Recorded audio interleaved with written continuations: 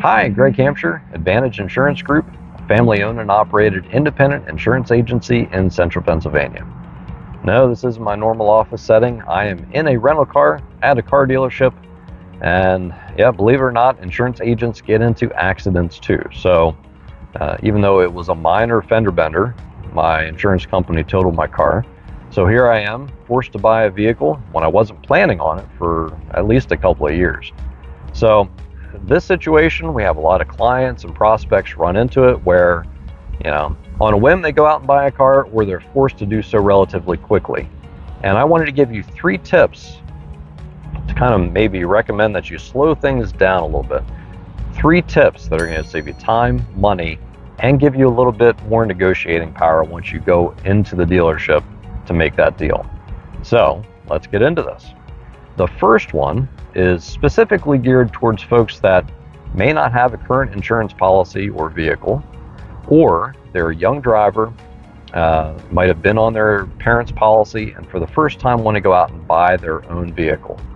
Just so you know, young drivers, if you're currently on your parents' insurance and you go out to buy a car that's titled in your name, you need your own insurance policy. So listen up. In this first circumstance, if you don't have insurance currently, you need to start the quote process whenever you start thinking about getting that car. The reason for this is most insurance companies are going to give you what's called an advance quote discount. Typically, 7 days is where the discount really kicks in. Some will give you more if you quote out further out, but that advance quote discount will stick with you for the life of the policy. So if you find yourself on a Friday, last minute, buying a car, calling around to different insurance companies, trying to find coverage on a Friday at 4 o'clock, you are going to be paying more for that insurance policy than what you would if you started the quote a week before. Now, I know a lot of folks say, well, the way cars are selling these days, I have no idea what I'm going to go buy. It may just be that I like the one that's on the lot. That's okay. Start the process with VINs that you find online of vehicles that you might think about buying. The clock starts when you start that quote process. So as long as you get it started, your agent can change that VIN relatively easily. So you still qualify for the discount and you're going to get good coverage. So that's tip number 1. Tip number 2 is around folks that currently have insurance.